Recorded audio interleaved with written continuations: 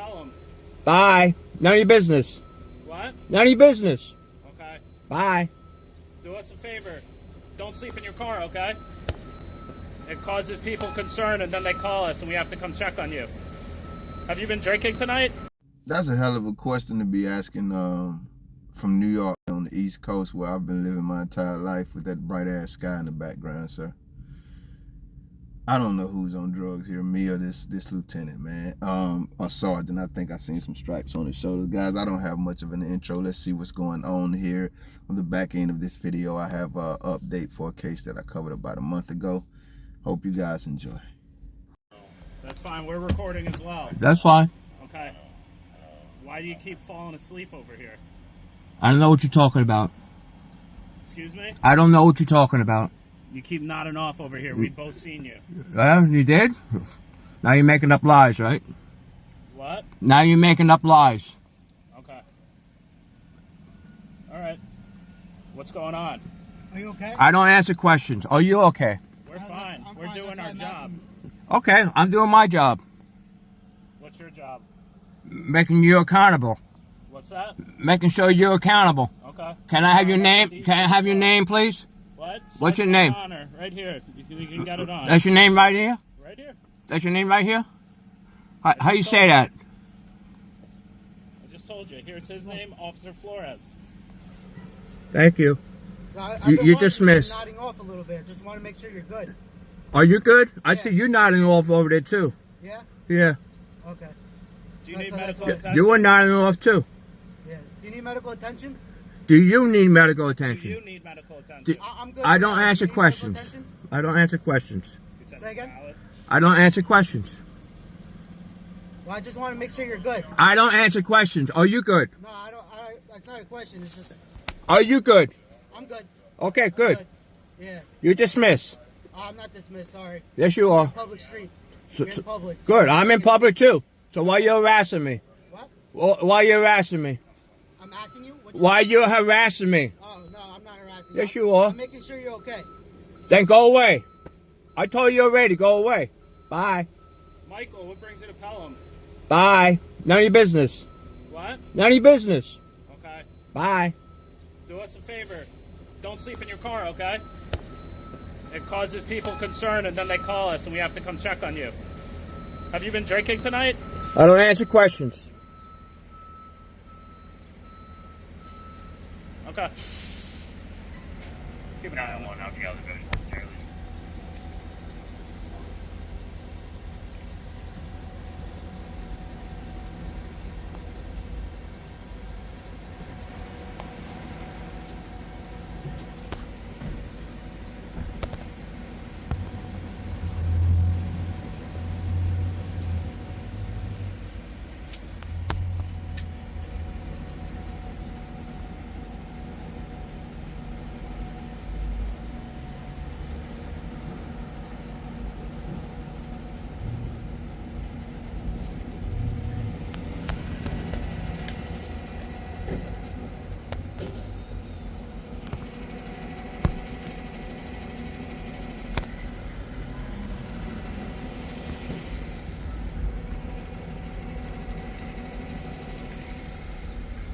Man, these folks is crazy, man. Hold up, slow down, bro. So let me get it right. You got one cop who can't talk. He and can't hear. Man, got to keep repeating himself. He's speaking very clearly. And then you got a sergeant who doesn't know how to tell what time of day it is, and he hears very slowly. And they're worried about this man's mental health. Hell, I'm worried about y'all, man. I'm going to keep it real. Bro, I promise you, I would have left them cops standing there talking to that window for so damn long, or however long they wanted to stand there talking to the window. Trailhead Bill, reporting live from South Florida, man. How are y'all doing today? It is a very beautiful day, man. I had to venture down to North Miami Beach. I'm not often going, you know what I mean, into those trendy parts of Miami and South Florida, man. The high rises, the touristy spots. They're very beautiful, though. And I just came back to my motherland, you know, where I'm comfortable at and relaxing. And as always, I'm a YouTube baby. So I said, let me just try to watch something on YouTube. I never well, I'm not gonna say never. I don't, necessarily intend to make videos out of every video I watch, and I don't, obviously, but some of them is just like, okay, I really want to say something about this, and what I want to say about this is, man, listen, bro. Hey, I would have left those cops standing there talking to that window, man. Like, I'm not even, until you aggravated me and getting on my nerves, man, like, I need to get out of my vehicle or something, man. I'm not even acknowledging you. And also, once I do decide to do whatever I'm doing in the progress of doing whatever I'm doing, I'm still not acknowledging you unless you get in my way. You know what I mean? And then I would literally tell you, yo, bro, get out of my way, man. What the hell wrong with you? Or however I feel like expressing it, because if you are that bold to get in my way in that type of situation, then I'm definitely going to be open to the option of being bold enough to tell you to get the hell out of my way, man. What's wrong with you, bro? Like, I don't even like that. I don't like introducing friction and confrontation into situations. Like, it's so unnecessary. And most of the time, people on both ends end up, well, at least on one of them, especially the wrong end, like cops, they always find themselves in press conferences apologizing after they done accidentally made the best decision they could make in a moment and murdered another innocent civilian. But anyway, bro, I wouldn't have, and I would have probably intentionally got out of my vehicle and not acknowledged those cops, bro. I promise you I would have. Because the audacity of you walking up to me like you're entitled to require my attention or something like that. You see what I'm saying? Like, I'm entitled to just shift my attention to you because I don't, who the hell are you? I see right through you. Like, literally, while you would try me like that, I would be seeing right through you and continuing doing whatever I was doing. And literally on a daily basis, anytime you Blue Line Gang DTs cross my mind, I see right through you because I know most of you are just punks. Most of you are just cowards. And it's very easy to be tough, you know what I mean, in those badges. Now, I'm not saying all cops are. Some of these cops are really the ilk of domestic terrorists and domestic terrorism, meaning they're literally training themselves, their minds and their bodies for the war that they're declaring on the American public. You know, whether they got certain demographics of the American public in mind, or whether they always terrorize my people. I know you're not supposed to say that. I keep telling y'all, I got a video coming out of Minnesota. I got to get to it and not keep pushing it back. But I'll say this. The DTs, American government terrorists, have always terrorized black people in America and Americans, period. But to act like there hasn't been a specific and targeted war on my people, man, if you are of that mindset, then I'm just gonna, like I say, I don't like introducing friction and confrontation unnecessarily, but I would just go ahead and let you know we're not fighting the same war, bro. I don't hide from anything. So I can't hide from that. I wouldn't if I wasn't black, and because I am black, ain't no way in hell I am. But let me get back on track here, man. They're cowards, man. That's who they are, most of them. But I do recognize that they have some. I mean, you have to respect your enemy, man. You got to. And these people have made us enemies. I say this often too. I don't know any sound-minded American citizens who grouped together or even individually decided to declare war on any government agents, even police officers, even though they're riding through our neighborhoods, robbing us and declaring war on us every day. Most of us just try to avoid them if we're not part of those blind Blue Line backers.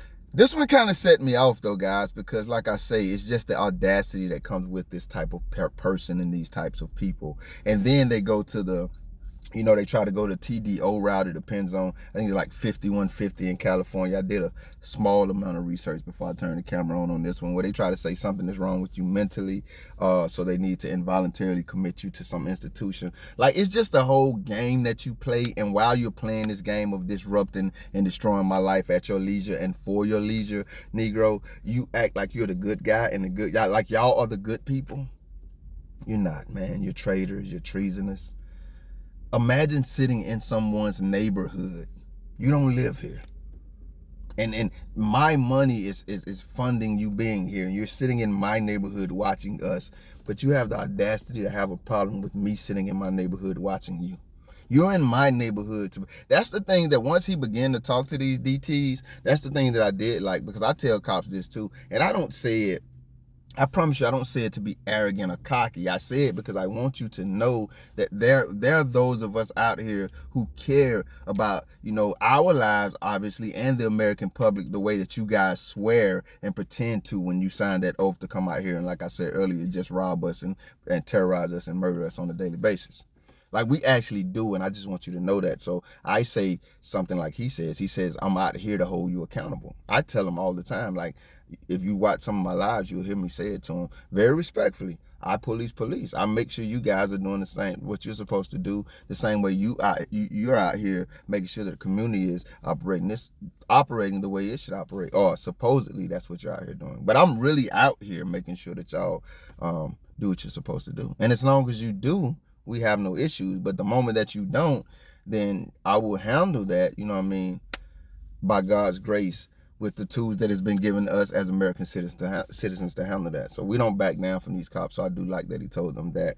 It's very insulting, man, for them to have the arrogance that they have, to walk up to his car as if they commanded his attention just with their presence. It's also very insulting for them to say that there was something wrong with him, insinuate. I looked this up too. Well, no, I didn't. I meant to, but I didn't. I'm not going to lie to you guys.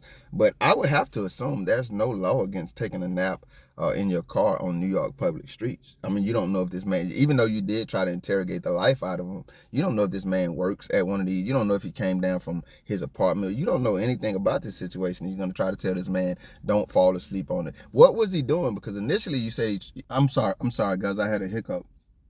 Initially, though, the cops were saying that he was sleeping in his car, and like, don't sleep in your car. They literally said that.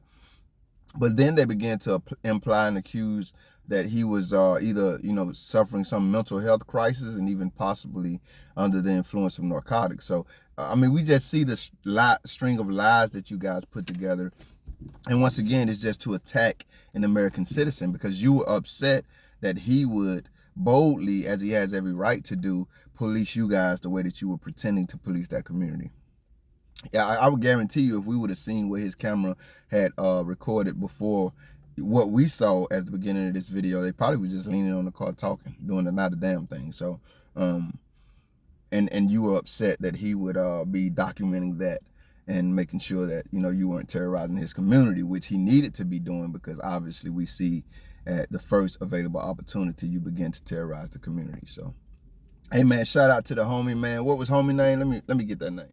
Hey, Sparky, man, shout out to you, brother. You didn't do anything wrong, man. Keep keeping your neck on, respectfully, those domestic terrorists up there in New York, man. That's a wild bunch. We've heard a lot about them. I don't know, man. I be feeling like if I was in a place like that, they probably would have been and killed me, because they they're a little way more crazier out there in LA too, and some of these other PDs across America than, the average police departments in our nation. They're a little bit more, and like for me, like the more respect you, I'm leading with respect. So, but when you match it, I'm trying to out respect you. You know what I'm saying? That's just my weird thing. But if you disrespect me too, like I'm ignorant like that too. So I'm glad I'm not up there. God has a sovereign plan, man. We got one more I want to talk to y'all about real quick. We're gonna get out of here. Damn Alabama. Hey guys, this case is an update, man, and I was just thinking, isn't Alabama the place that had the famous brawl between the black family and the white family? I don't know. I'm just thinking. I literally just thought that thought. I don't know, man. But shout out to Alabama, man. Shout out to the sport of the football team. I know y'all got some good people out there, man, of every race, creed, and culture. And just like everybody everywhere else, y'all got some idiots, guys. I'm going to leave you with this because it's just an update. About a month ago, I covered a case where a young man was pulled over for a traffic violation in Alabama. And, him and the officer got into some type of verbal confrontation. Well, I can tell you right now, the officer is wrong. The law is that, on traffic stops, they can't hold you any longer than it takes, to write the ticket, do whatever, the citation requires. So if you're there long enough to be arguing with the citizen, then yeah, you got problems, bro. But anyway. So the dude went to pay his ticket, and the judge told him that, you also have to apologize to the officer, because during the back and forth that they were having, and I didn't even know this, so how ironic that I said this in the first video, and then this is what the guy said. He told the officer basically, man, move your ass out the way or something like that. So the judge demanded that the citizen apologize to the officer as part of his sentencing. He held the guy, and you're going to hear about all this. He kidnapped the guy in the courtroom for about 2 hours. Basically, the guy refused, so then the judge says, you got 30 days to apologize, or you're going to jail. And long story short, now they have dropped the charges, and, they wanted to go away and get swept up under the rug, and the guy says, there's no way in hell, and I'm going to let him tell you the rest. But this is why I do what I do, guys, just to bring awareness about it. He's going to touch on that. The more of us speak to these things and the more of us know about them, the less likely they're going to be out here doing these type of things to American citizens. But the more they just get away with them and sweep them under the rug and nobody says anything about them, the more American citizens are going to be terrorized by these DTs. So once again, man, I'm going to put it in the description and also put it right here, the original video where I covered this case. But I'm going to let the homie tell y'all what the updates are. Judge demands that citizen apologize to cop for cursing during a traffic stop. What you would have told this judge? Keep it real. Tonight, a Dale County man says he's not through fighting, even though he's no longer facing jail time for refusing to apologize to an Ozark police officer. WDHN was first to report that the charges were dropped against him, but that's not the end of the story. He says he still wants justice and he's getting help, more legal help. WDHN's Christian Jones is in Ozark with the details. Christian. A Dale County man is no longer facing jail time after refusing to apologize to an Ozark police officer, but he says this fight is far from over. Skipperville native Reginald Burke says that he should have never been put in the position. I feel like they embarrassed the heck out of me, man. I had to go through all this, and it shouldn't have never happened in the first place. Back in December, Burks was pulled over for speeding in a 25-mile-per-hour speed zone while taking his daughter to school. According to Burks, the officer did not use a radar gun to measure his speed. Shortly after, Burks said the officer would not move from in front of his car, leading to the two having a few choice words. I told him, asked him one time to move nicely. So I'm like, hey, sir, can you get the hell out the way? Get your out the way because we can go. When going to pay his ticket, the Dale County man found out that he was being forced to apologize to the officer. I said, what? I'm not apologizing. I said, I just paid the ticket and gone about my business. He said, no, the judge got how to speak to you. He want to speak to you. According to Burks' attorney, David Harrison, Judge Nicholas Bull held the lawyer's client in the courtroom for over 2 hours until Burks apologized. Bull later gave Burks the decision to apologize to the Ozark officer by June 4th or spend 30 days in jail. Harrison says that in over 30 years of work, he has never experienced anything like this and says his client did nothing wrong. And actually, you can really say anything you want to a police officer as long as it's not fighting or inciting, violence. And that's not the case here. This man clearly said something that you hear every day. So after months of not budging, the Dale County Court ultimately decided to not punish Burks for refusing to apologize. While he is no longer facing jail time, Burks and Harrison are continuing to fight this case. According to Harrison, the two are fighting to gain pain and suffering compensation as well as compensation for lost wages. The lawyer says they are receiving help from the Institute for Justice, a nonprofit organization aimed to fight for civil rights cases. They've reached out to us and they're looking at, we're consulting with them and making a decision on exactly what to bring. Because a lot of times when you have situations with government officials, they have immunity and it's hard to attack that immunity. Well, this organization here, that's their expertise and they're looking at ways that we can make the situation right for Mr. Burks. Burks says that he feels that his charges were only dropped due to media backlash and to prevent Harrison and Burks from further fighting the case. Now, I have reached out to Judge Nicholas Bull for a comment, but have not received one at this time. We will bring you any and all updates online and on air. In Ozark, Christian Jones, WDHN News for the Wiregrass. Thank you if you made it this far. If you liked the video, feel free to hit that thumbs up button. I greatly appreciate it. If you care to go a little further than that, maybe even subscribe, hit the notification bell. Check out a few of the other videos on the channel. Either way, y'all be safe. A lot of y'all been showing me a lot of love, liking the videos, watching the videos, sharing the videos. I just want you to know I appreciate it, man. I ain't trying to get all mushy. We're gonna get married or nothing, but I see it, I notice it. Good looking out. Trailhand Bill.